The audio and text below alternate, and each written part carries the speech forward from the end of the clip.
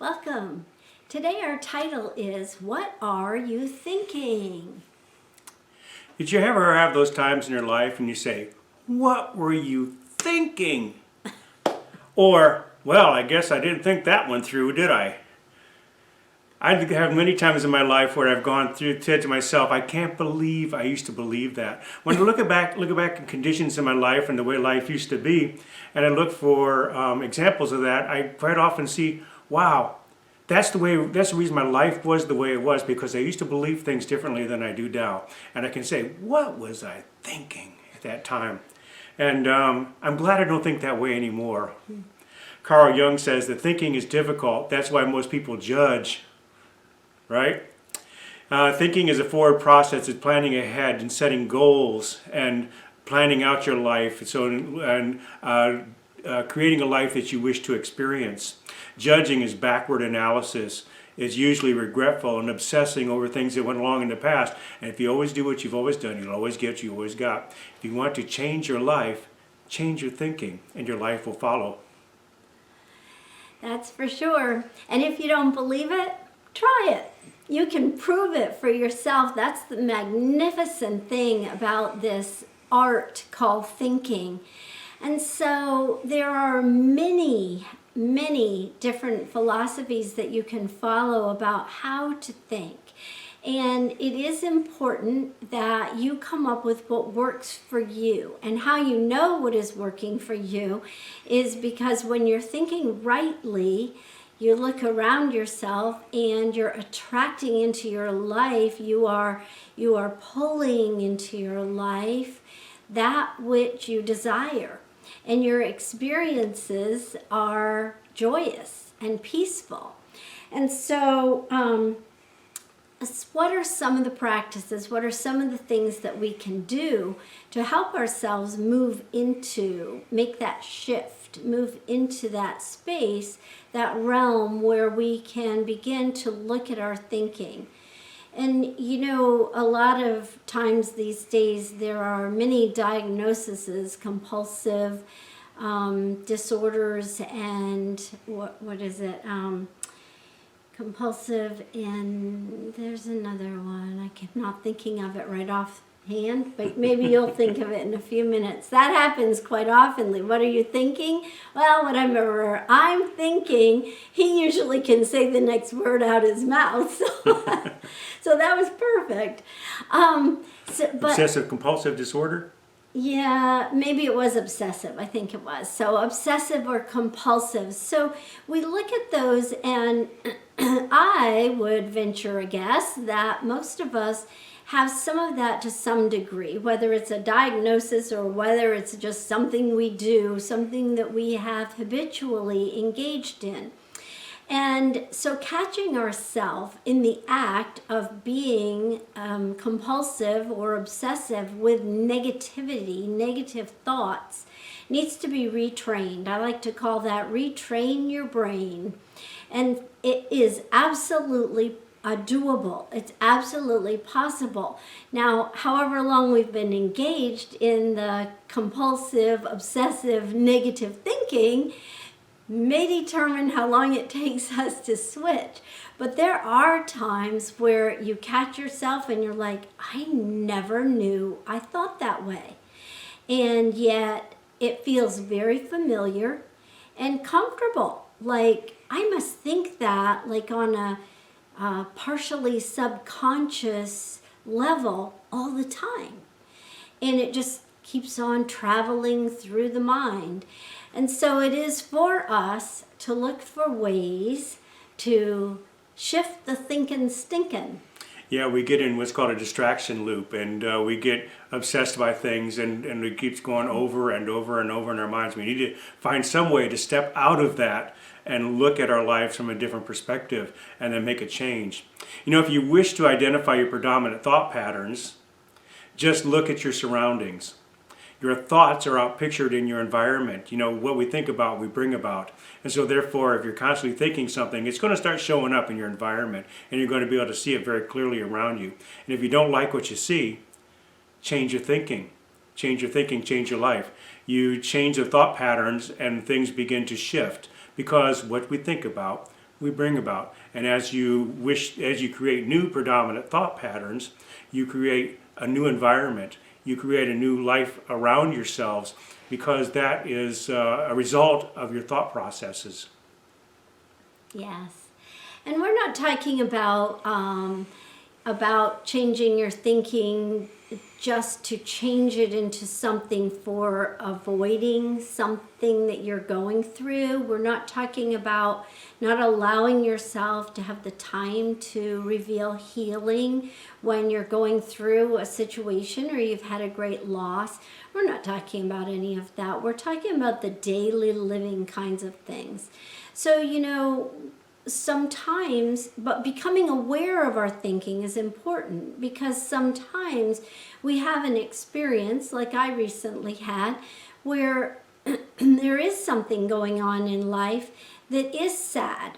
And as I was realizing that I was spending time thinking about it and catching it and stopping the habitual distraction loop that I was in, I came to a point where I just said, okay, well, I don't want to spend my day like this, so what am I going to do with it?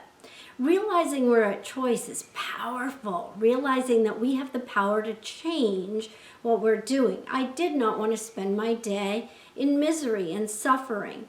And so for me, I take some deep breaths and I relax. And I can do this regardless of what I'm doing. If I'm on a walk, I can do it. If I'm floating in the pool, I can do it. I don't have to be still to do it. I can, there are certain things that you probably couldn't, you have to give your attention to. But there are many times when we're engaged in something else that we can still be thinking about what we're thinking about. And so I gave myself the opportunity to go deep and to just allow myself to reveal what was calling itself forward in me.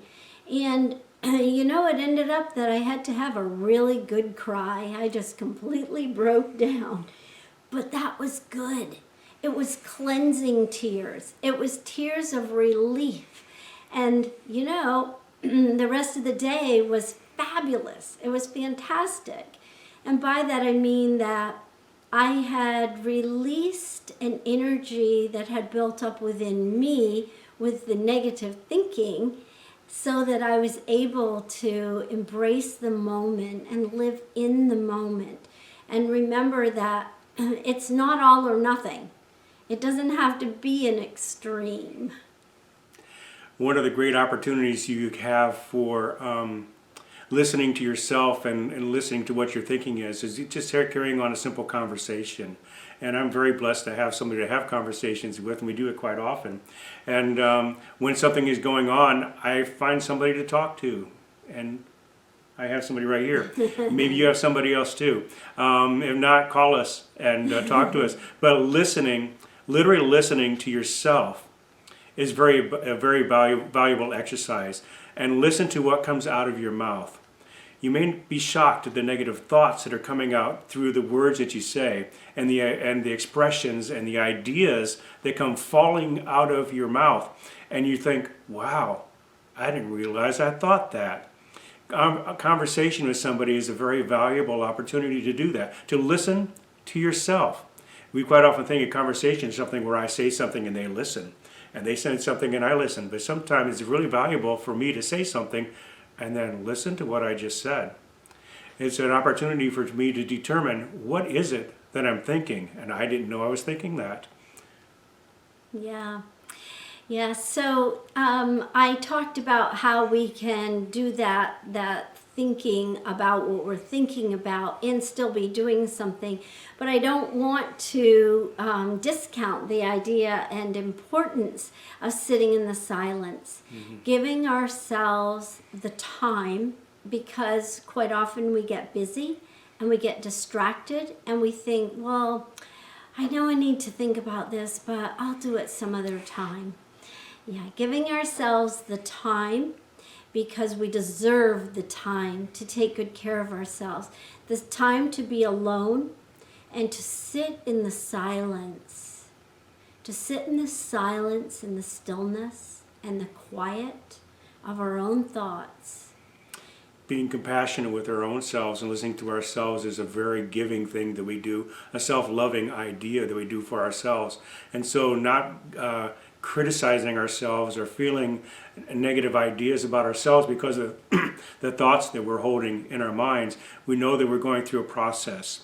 And sitting and listening and sitting in the silence and contemplating those ideas allows us to actually go through a process of healing. And so we don't become critical or negative about ourselves because of our negative thinking. We know that's just a process that we're going through, and now I can begin to turn it around and heal myself. Yes, and that's where affirmations come in. And you know, when we're sitting in the silence, I think sometimes it's good to have a mantra, something that we're saying over and over and over. And obviously it would depend what situations are going on in our life, what that mantra would be. But you know, there are some very wonderful thoughts and ideas and words that can move us deeper into valuing ourselves. And we must value ourselves in order to value those around us and value this life that we are living. And so one that I have found very moving, well, a couple of them I'm going to give you. One is, I am precious. Just sitting with those words playing over and over in your mind, I am precious, is invaluable to opening us up to realizing the many ways that you are precious, the many people that call you precious, whether they call it to you out loud or not. And another one is to look in the mirror, in the quiet, look in the mirror and just say, I love you. I love you. And finding the way to love ourselves so completely that everything that we think comes to a place of positive living, positive lifestyle, wholeness, perfection, well-being. We have a great tool in Science of Mind. It's an idea of creating what is called a mental equivalent.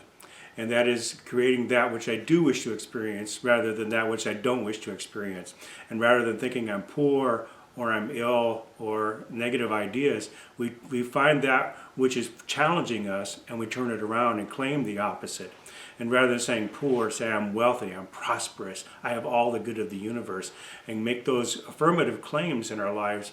It's a mental equivalent to what we do wish to experience rather than what we are seeing in our environment around us. And remember that our environment around us is determined by our thought processes. So we shift our processes and we create positive ideas. We create positive mental equivalents of that which I do wish to experience and say, yes, I do feel prosperous. Yes, I do feel rich. I'm abundant. Life is good. Yes, and I just read an article recently from Jane Beach in which she was talking about that, and she said, just start claiming my life is good. My life is good. And if you find yourself ever in a moment where you are unable to even say those words, and claim something as good in your life, then take a breath and then realize my life is good. That breath was good. That's very good. Yeah, I like that. I like that. She said that. So, what are you thinking? Weed out the stinking thinking and attract and create a habit of positive thinking, forward thinking, as David called it. I like that. And have a wonderful thinking week.